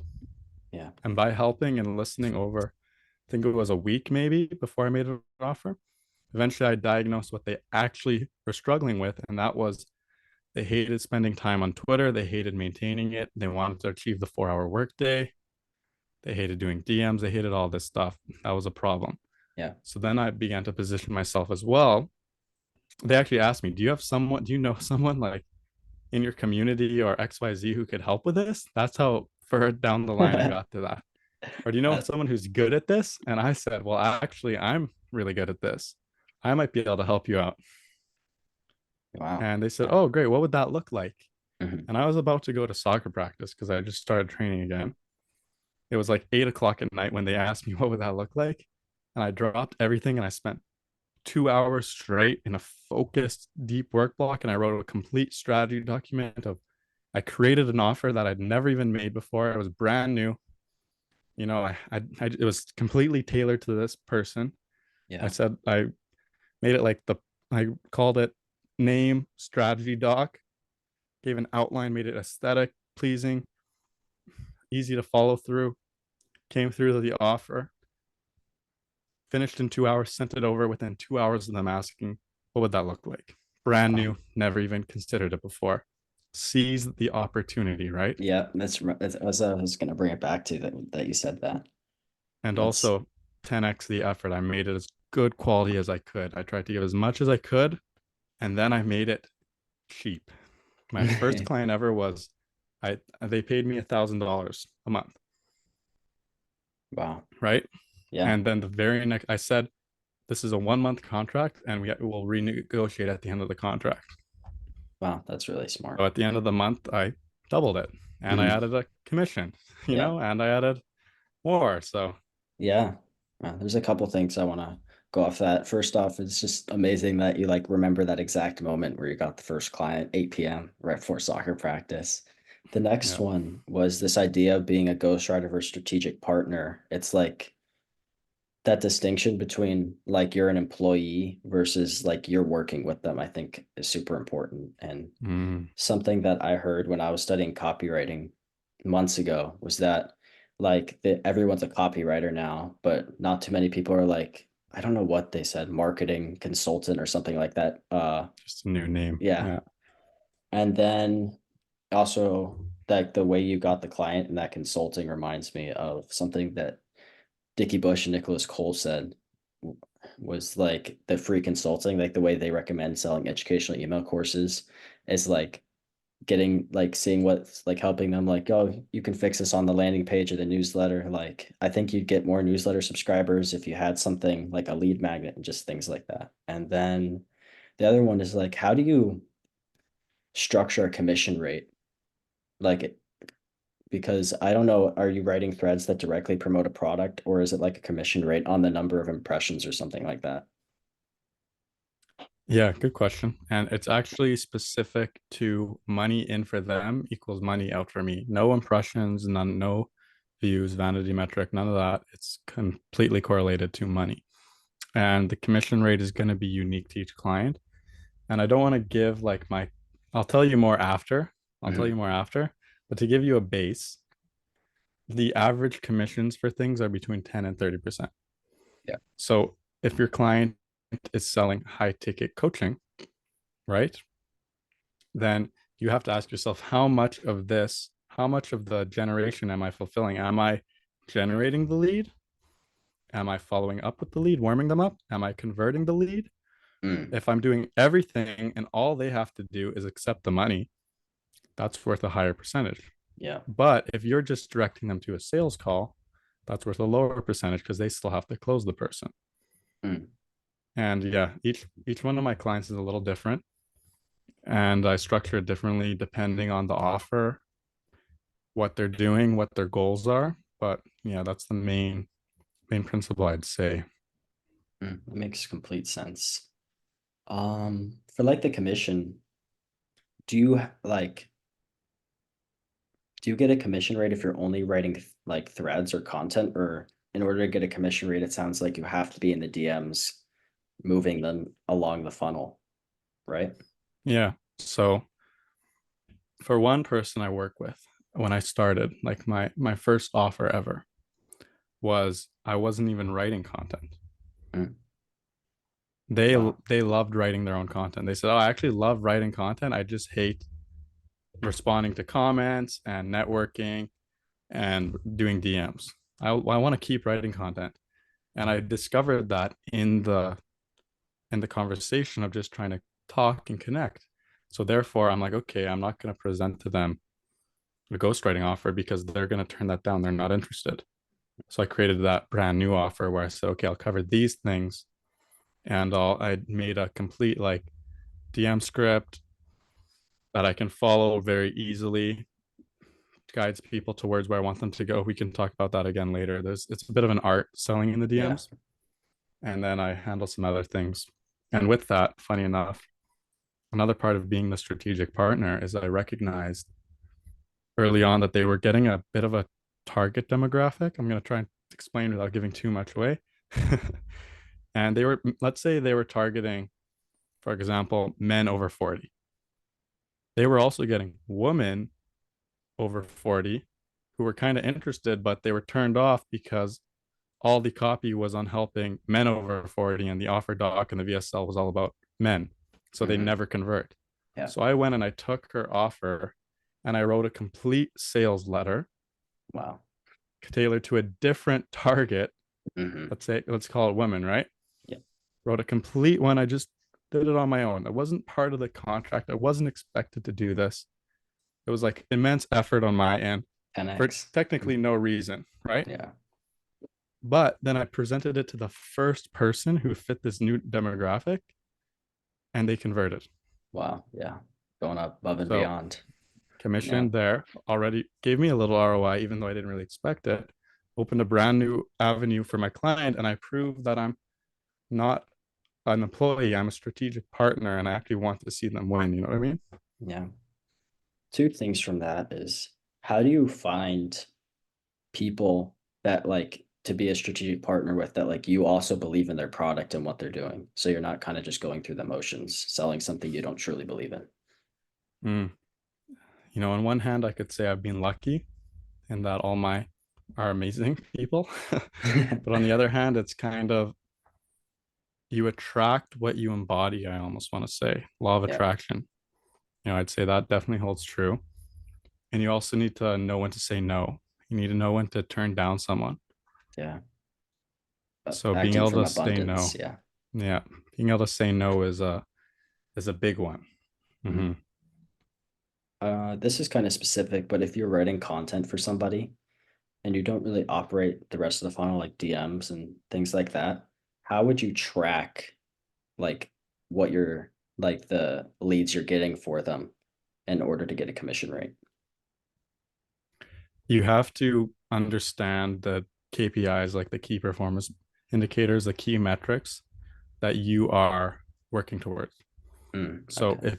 if you are just getting link clicks and your goal is to get link clicks to their offer, and after that they handle everything else, the only Mm, metric you're going to be tracking is how many link clicks you generate, and then they might be tracking, okay, the conversion rate of those links, so clicks. So if you get 100 people to click the link and 10% of them convert and buy the product, for example, then if you generate 100 link clicks, you're generating 10 clients. mm. So that's the metric you can track in a way. But yeah, it comes down to the specific KPIs and the goals and everything like It that. makes a lot of sense. So do you promote, like, do you link products and the content that you write for people like threads or anything like that? Or do you mostly close in the DMs? And like if they um reach out about something or like a call to action for them to reach out in the thread or something like that. you never want to sell on the timeline.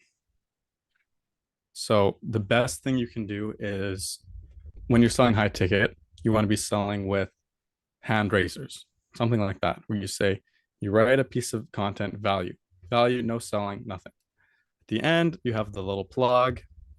If you are interested in XYZ problem that this content talks about and you want XYZ benefit solution, message me interested Yeah. and I'll see how I can help. Something like that. A little hand Makes raiser. sense. Yeah. That's how you generate some warm leads. Then even people miss the fact that anyone who even likes or comments, they're basically qualifying themselves to be interested in that Yeah. idea, and they qualify for a little warm outreach. Yeah. Because you could even do like you see someone comment, you're like, I saw you commented on this post. Like, I don't know exactly what you would say, but like that kind of idea. What do you think about like if you wrote like a thread, let's say on like back pain and you wanted to sell a back pain product, like linking the newsletter for them to like that as another option besides the DME like back pain if you're interested in this product, like a newsletter where you provide more in-depth value and then you have like the links to the back pain product. It might be more The complicated, Dan but the Danco approach, no, it yeah, works very well. yeah. Works very well, and I'd say the key point to consider with that is generally it takes someone 90 days of knowing you in order to buy from you. Mm, So yeah, 90 days is the average time from knowing of, reading, consuming to buying. yeah, So you have to do that. And then the other factor would be time under attention. If the only content that people are consuming from you is Twitter posts, they're barely spending 2 minutes yeah, a day getting to know you. If you're mm, directing them to a long form newsletter or even better, a video, they're spending, or even better, a course or a community, yeah, right? Because everyone who goes through Dan's course spends 6, 8 hours learning from him, right? yeah, So all those things that increase time under intention, increase trust, yeah. increase and shorten that window to buying period. Mhm. And I'd say that is very important for mainly I call it high ticket as well. Mm. Makes a lot Oops. of sense. You all right? Yeah. It really Uh, depends what you're selling. going to like personal branding, is there anything you would change in your journey of growing a personal brand from what you know now? Like adjustments you would make? Honestly, I wouldn't change anything because I kind of trust the path and I don't want to change where I end up, right? Hmm. And I think everything happened for a reason in a way, just like my journey with sickness. Yeah. If I wouldn't go back and choose to end that literal year of suffering where I didn't sleep for more than 2 hours a time. I was like blacking out every time I stood up. Yeah. I couldn't even eat food. I just throw it up afterwards. I wouldn't get rid of that because of where it pushed me. Yeah. And It same with my builds creator you. journey. Yeah. There's things I could say I've done poorly. Hmm. I've screwed up. I've messed up. I've lost opportunities. I could have done better, but I wouldn't if I had to go back, I wouldn't change that. Makes, yeah. Um, this is kind of a highly argued question. What are your thoughts on niching down versus being broad? Mm. I would say like don't even worry about it. Yeah. This, Honestly. yeah. Like if you're spending all your time thinking about that, again, mental You're just, bandwidth should be applied to something that's more high leverage and yeah, I important. love that. I don't think Mhm. I've even ever thought about it.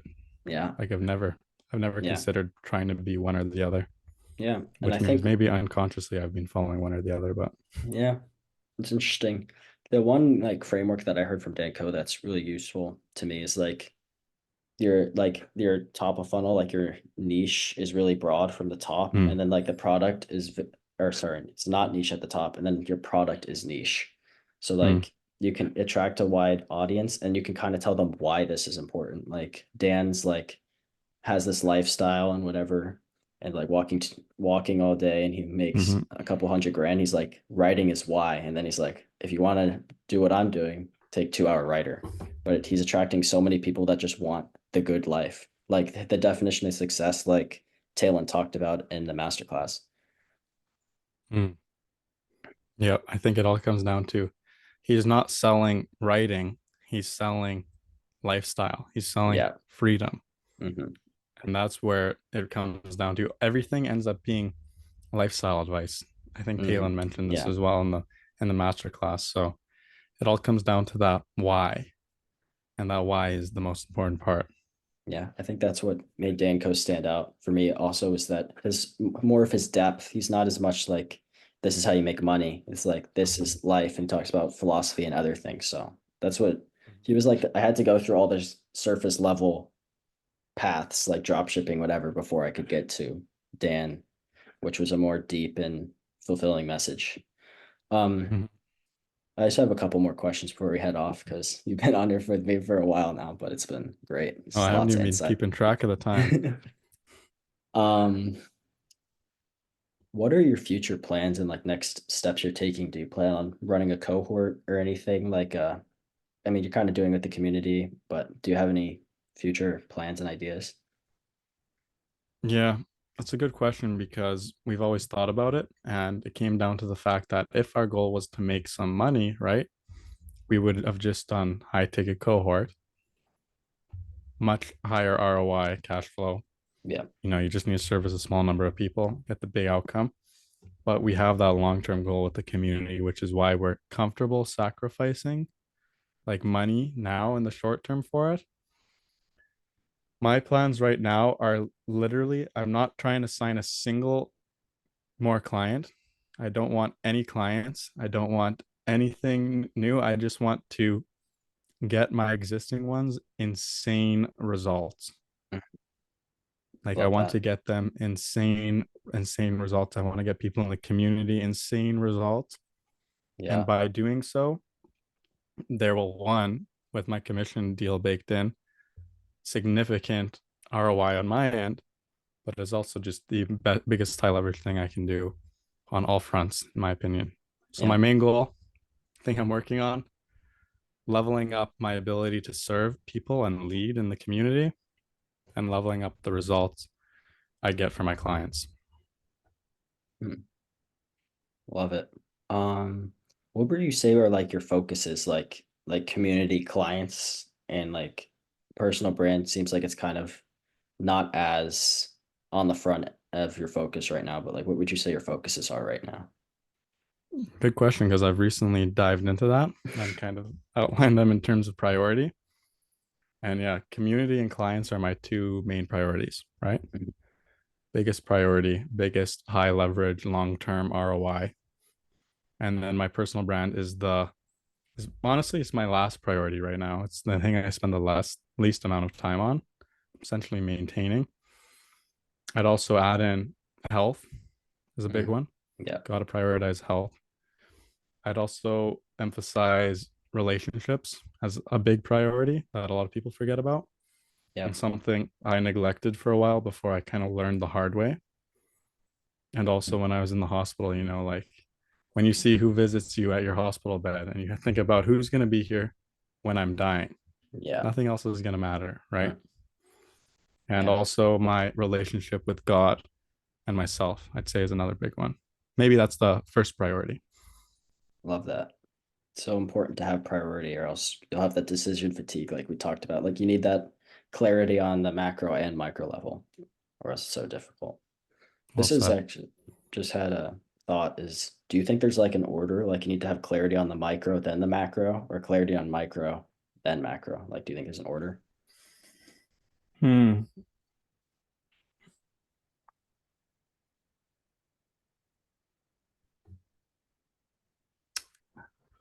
I don't want to say there's an order, you know? Hmm. Like they come at the same time, sort of. Yeah, they kind of come organically as they need to almost if you're doing the right things, which is like a cliche answer, but Yeah. kind of Yeah. true at the same time. What Yeah. would you say? I'm curious to hear your opinion on this. I'm not sure. I feel like if you think of it in order, like I feel like it can happen either way. So maybe they happen at the same time. Like maybe you need the micro thing, and then like, oh, I tried this thing on the micro level. And now I know that this is what I want to do. I don't know. That's tough. That's why I asked you. I wasn't sure. It's a random question that I thought of, but it's Give me yeah. an example of a micro thing you're working on and a macro thing you're working on, like figuring out right now. Hmm. Like writing the newsletter and then growing trust and authority in my brand is like the larger goal. Yeah, I don't Hmm. it's because I guess there's it can also like be misaligned, like your macro goal doesn't align with what you're doing on the micro level, so that can cause a problem. So that could be like a whole Hmm. topic for a newsletter, but Another, yeah, yeah. another conversation. I'd Yeah. say then if I had to give an answer based on how I kind of organize my life, as well as what I've learned from Savas around this, because he talks about this a little more extensively, is having that big overarching goal that provides context to everything you do, right? Yeah. And then you break that down into mini goals. Each Yeah. because to achieve the big goal, you need to achieve mini goals. So for me, one example is I mentioned this earlier. I want to gain the ability to make other people's dreams a reality, Yeah. right? That's like if I had to think of maybe one sentence that fulfills my entire purpose, like that could be it. Yeah. I love that. Breaking that down, okay, I need to grow a personal brand, right?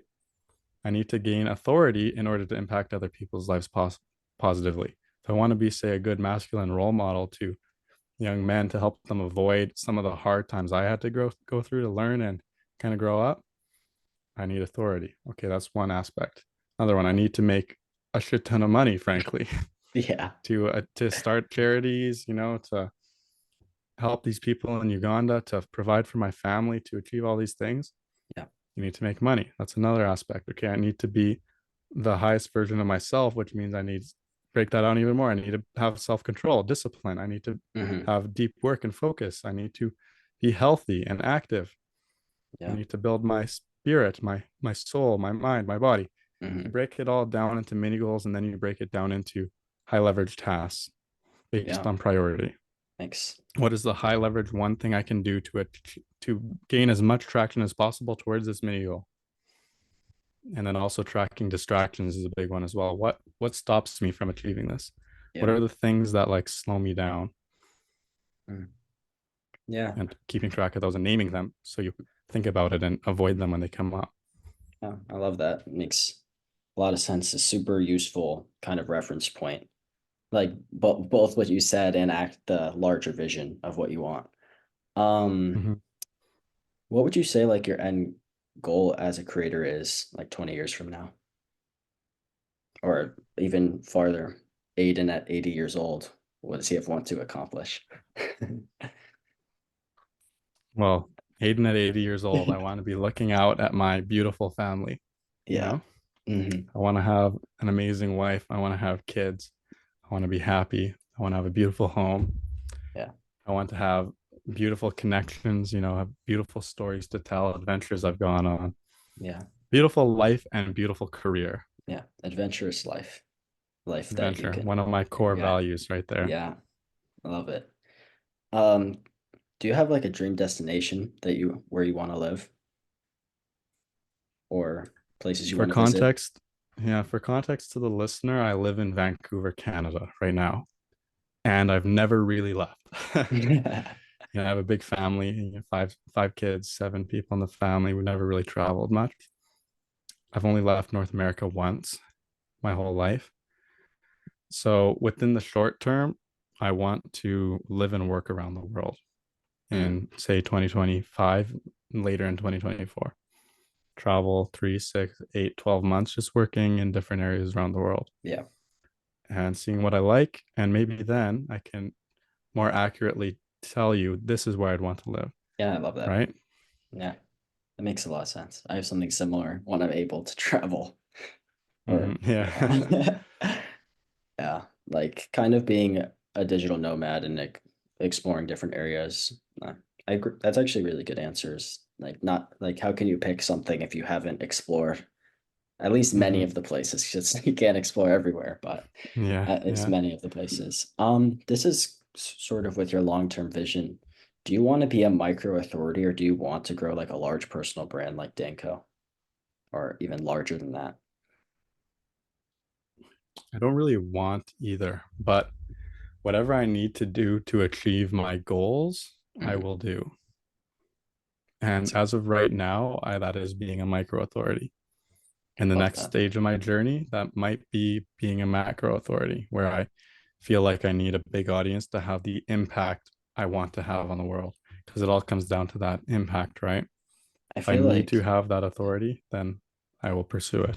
I feel like the amount of value you're providing as a micro authority to your clients in the community is gonna like end up creating making you a macro authority in the long term. I feel like that's like You inevitable. accurately described my game plan. Yeah. Um, as we come to the end of the podcast, if you could only have the audience have one takeaway after listening, what would it be? Well, I'll give the very first thing that came to my mind. So I guess that's just going to be what it is. And that is work on one thing at a time. Pick one thing to do it until it's done to the best of your abilities, to a high quality bar of excellence. After you're done that, reassess, reevaluate, find new problems, find new things, and make something new. I'd say the biggest high leverage thing I could do better is focusing on one thing at a time. I think that clears up dealing with lack of certainty, uncertainty, stress, anxiety. I think it provides the highest leverage long term towards achieving success. I think it's the best for productivity, for business, Yep. for life. Rule of one. Yeah. It's not a It's book. I'm going to write it. yeah, it's so powerful on both the macro level and what you're focused on, and also micro, like just like day-to-day life, like just focusing on one thing, like not doing multiple things because you can't even multitasking isn't possible. And also, this isn't really doing one thing, but like inhabiting the in between. I think Rian Doris talks about this in some of his Mm-hmm. videos. It's like just you don't have like constantly not needing to escape to something, like just like waiting in line, like just being actually there Mm-hmm. instead of being I somewhere love that. else. Yeah. All Low right. productivity, I Yeah. think. Yeah. But to wrap up, I'd love to hear your answer to that question as well. Oh wow. It's a lot that we covered. Hmm. Here, give me where do you want to be? What are you trying to do here? Like what is your long-term goal? Or even Um, your 6 month goal? What are you trying to achieve in the next 6 months? Then we can come back to this and see what progress you've made. yeah. One of them, well, I mean, in like a year long, I mean, my whole life and also in micro kind of stage is just learning as much as I can, like just exploring and learning. Like that's why I love this podcast because I get to learn from so many people. And like a 6 month goal, like just kind of continuing those inputs. I want to launch a couple things. I'm working on a course right now that I think I mentioned in the community. Just continuing to do the podcast, just like stacking up my private wins. And then a larger goal is actually I'm helping my dad grow his brand on Twitter and like transitioning to online because he has immense knowledge in health, fitness, mental Mm, development, and like these areas. And I just think he has a contrarian perspective on a lot of it. So I just mm, think that he has so much potential to help a lot of people because he has been in this industry, I guess you could call it, for yeah. like 25 years. So I want to really help him with that. That might be one of the main reasons I got into it is that I just think more people need to hear what my dad has to say. So Hey, your dad, if he's listening to this, he should be proud. Should be yeah, proud. And I think thank that you. even could be tied into your purpose a little bit, maybe. Yeah, Helping those who deserve to be heard but aren't yeah, be love seen that. and heard. Yeah, I love that. And like larger, like long-term visions, probably just sort of similar to making people's dreams come true is kind of just let a lot like allowing or helping people to actualize their potential, like reach their potential. So like what they never thought was possible but have always wanted. I feel like the biggest injustice, Taylor Simmons right there, the injustice rather than enemy is like people restricting your potential by saying that this is the path, like the school, like they basically just set a cap for what you can do, and that's all you do for your Mm, whole life instead of reaching for like, I don't know, you have one life, like why not like really reach for something instead of just playing it safe? It's like what you said with the adventurous life. Like, are you just gonna like tell your kids and your grandkids that your life was like, yeah, corporate job for 50 years? It's pretty safe. It's great. hmm. Yeah, It's like I you have no. definitely, I love what you said there. And I think where what we are doing is the greatest opportunity to do that. But I'd also say, like looking at my dad then, because you pop back in memory, my dad has done the whole work route. He did everything to provide and just take care of my family. Mhm. But during that time, he has like lived life. He served on North Shore Rescue, like a search and rescue team in our local mountains for 10 years. He's Yeah. flown on the bottom of a helicopter between the lines, these Wow. two peaks in my mountains. He's summited mountain tops that nobody has ever seen Wow. or believed possible, recovered 30 plus bodies alone. Like he's done some Yeah. traveled in Africa and camped in the Mhm. middle of a herd of lions just in a Jeez. tent without even a gun, stuff like that. These things Yeah. you swam in a river in Africa where they say you have 2 minutes to swim because that's how long it takes the crocodiles to get to you, and they're not Jeez. joking. Things like that, he's still done Yeah. the route, It's like but your he line of still lived work. an Yeah. adventurous life, Yeah, even though. yeah. Even though, sorry, I cut in. Mhm. No, no, go ahead, go ahead. It's like, what was that from his work, like his 9 to 5, or he did that on his own time? Separate on his own time, yeah. Oh, wow, that's amazing. I think there's also like a nuance, like people like can find a 9 to 5 that they or like work that like that one thing that they just love.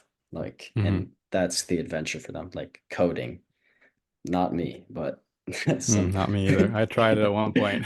yeah. Yeah. I think anybody that gets into coding for the money usually won't be someone that codes and makes money. Yeah. Well said. Yeah. I can then be taken and applied to most areas of life. Yeah. Same for community building. Yeah. All right. Well, we can end it off here. Thanks, Aiden. My pleasure.